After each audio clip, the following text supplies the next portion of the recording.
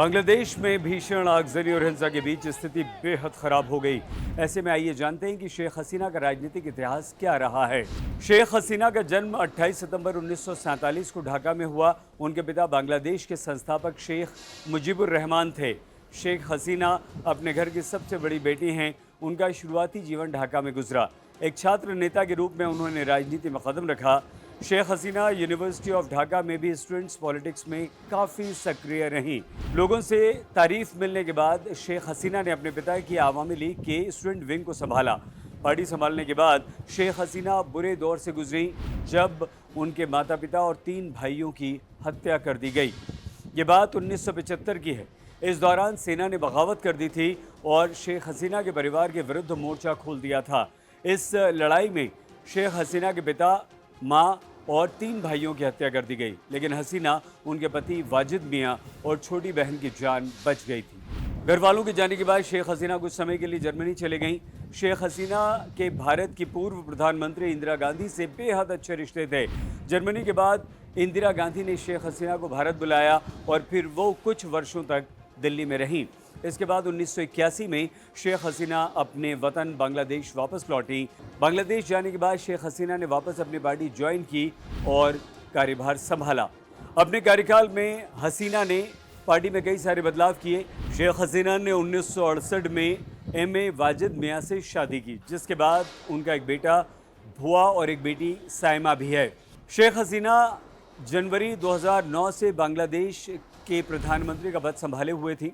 इस बीच आ रही उनके इस्तीफे की खबरों के बीच सब हैरान हैं। उन्होंने 1986 से 1990 तक और 1991 से 1995 तक बतौर विपक्ष के नेता भी काम किया।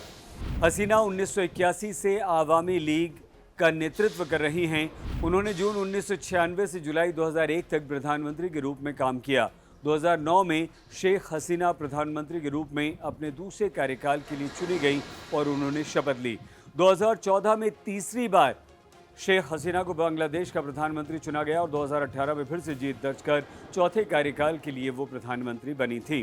शेख हसीना ने 1996 से 2001 तक बांग्लादेश के प्रधानमंत्री के रूप में अपना पहला कार्यकाल पूरा किया और स्वतंत्रता के बाद 5 साल का कार्यकाल पूरा करने वाली शेख हसीना बांग्लादेश की पहली प्रधानमंत्री भी बनी।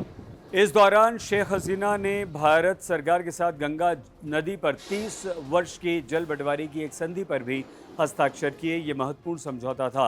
वर्ष 2001 के आम चुनावों में शेख हसीना को सत्ता से बाहर होना पड़ा। वो हार गईं और 2008 में वो प्रचंड बहुमत के साथ एक बार फिर से बांग्लादेश की सत्ता में लौट आईं। 2004 में हसीना की रैली में ग्रेनेड विस्फोट के द्वारा उनकी हत्या का प्रयास हुआ। वो बाल बाल बची और 2009 में सत्ता में आने के तुरंत बाद हसीना ने 1971 के युद्ध अपराध मामलों की सुनवाई के लिए एक ट्राइब्यूनल का गठन किया। ट्राइब्यूनल ने विपक्ष के कुछ हाई प्रोफाइल नेताओं को दोषी ठहराया। इसके बाद बांग्लादेश में हिंसक प्रदर्शनों का दौर शुरू हुआ। शेख हसीना अपने राजनीतिक कार्यकाल में कई सारे अवार्ड भी हासिल कर चुकी हैं। 1998 में उन्हें Mother Teresa by All India Peace Council का अवार्ड मिल चुका है और इसी साल उन्होंने एम.के. गांधी अवार्ड भी अपने नाम किया। वर्ष 2000 में शेख हसीना को द पर्ल अवार्ड से नवाजा गया। इसके बाद 2014 में उन्हें महिला सशक्तिकरण और बालिका शिक्षा के प्रति उनकी प्रतिबद्धता के लिए यूनेस्को शांति वृक्ष पुरस्कार से भी सम्मानित किया गया।